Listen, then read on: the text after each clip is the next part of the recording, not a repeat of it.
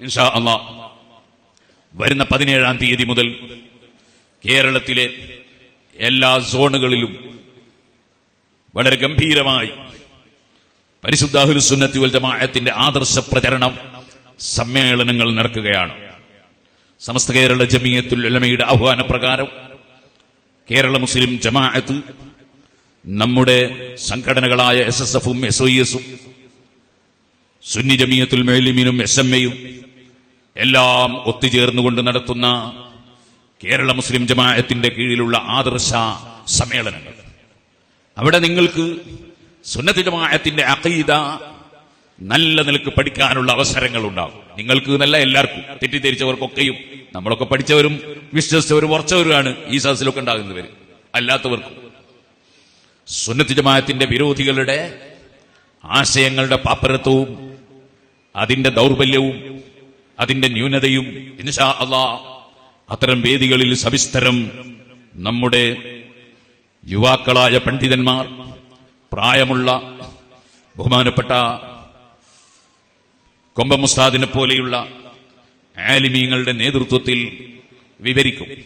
അതിന്റെ പ്രചരണ പ്രവർത്തന രംഗത്തും അതിൽ സാന്നിധ്യമുണ്ടാകുന്നതിലും നിങ്ങളെല്ലാവരും മുൻപന്തിയിലുണ്ടാകണം എന്ന് ഞാൻ ഉണർത്തുകയാണ്.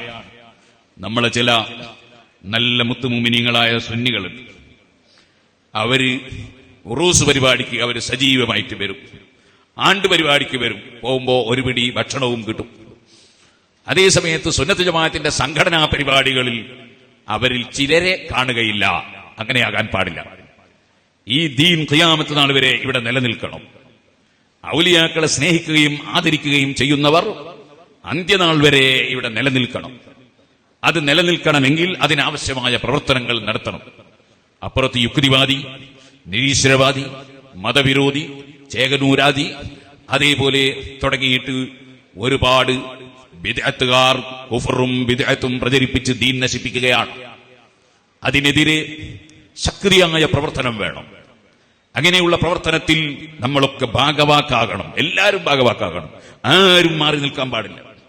ഞാൻ മുമ്പൊരിക്കൽ നാദാപുരത്ത് ഖണ്ഡന പ്രസംഗം നടത്തുമ്പോ കുറ്റ്യാടിയിലുള്ള ഒരു ചെറുപ്പക്കാരൻ പ്രസംഗം കേൾക്കാതെ റോട്ടിലൂടെ ഇങ്ങനെ പോകുന്നത് കണ്ടപ്പോ ഒരാൾ ചോദിച്ച്, ഈ എന്തിനോ പ്രസംഗം കേൾക്കാത്തത്? അപ്പൊ ആ ചെറുപ്പക്കാരൻ പറഞ്ഞു, എനിക്കതൊന്നും കേൾക്കണ്ടില്ല, എനിക്കതൊക്കെ 100% ഉറപ്പാ, പിന്നെ വിജയിപ്പിക്കാൻ വേണ്ടി വന്നതാ ഞാനിത്. അങ്ങനെ ഉണ്ട് ചിലർ. എന്നാൽ അവർ വിജയിപ്പിക്കാൻ വരണം. ഉറപ്പുള്ളവർ തന്നെയും ഉറപ്പുള്ള പിന്നെ കേട്ടുകൂടാന്നുണ്ടോ? അങ്ങനെയില്ലല്ലോ. ഇൽമ വർദ്ധിപ്പിച്ചു തരണേ എന്ന് പ്രാർത്ഥിക്കണം എന്നല്ലേ ലോകത്ത് ഏറ്റവും അറിവുള്ള നബി സല്ലല്ലാഹു അലൈഹി വസല്ലം തങ്ങളോട് പഠിച്ചവന്റെ കൽപ്പന. പിന്നെ നമ്മളെ കാര്യം പറയണോ? നമ്മൾ പഠിക്കണം, ഗ്രഹിക്കണം.